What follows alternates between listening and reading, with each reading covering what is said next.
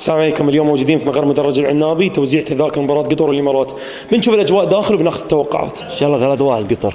4-0 ان شاء الله. ها 4-0. حيدرين والله حمسني. اقول لك شيء، كنت بروح المباراة قبل 3 ساعات، قبل 5 ساعات انا في الملعب. انا معك.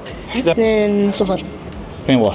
شفت لك انا 16 مقابلة، كل توقعاتك ولا واحدة صح؟ 2-0 لنا ان شاء الله. 2-0. اي. من بيسجل؟ اكرم مدمنسي. 3-1. 3-1. اي 2-0. مساء الخير، تقهوى شوي واحنا رايحين هناك نشوف الشباب ايش قاعد يسوون. بالتوفيق للعنابي، فانا الفوز. هاي حق شنو هاي؟ هذه عشان خلصت تروح حق اللعيبه ان شاء الله. اوه اذا فزنا تروح حق اللعيبه يعني؟ بيقرون كل شيء فيها ان شاء الله. كل شيء فيها يعني، كل واحد يكتب رساله هني. شوف ايش كاتب، كلنا ثقه بنجوم العنابي. اوه فوز العنابي ان شاء الله. المباراه باقي لنا مباراه واحده ان شاء الله، وبيفرحون الوطن باذن الله. 1-0 ان شاء الله. حق من؟ النوبي اكيد. شباب يا عنابي نزال يا فوز. ان شاء الله فايزين. كم؟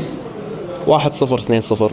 يعطيكم العافيه يا جماعه، الاجواء جدا ايجابيه عندنا والجمهور القطري متحمس باذن الله تعالى. فانا الفوز والتاهل الى امريكا.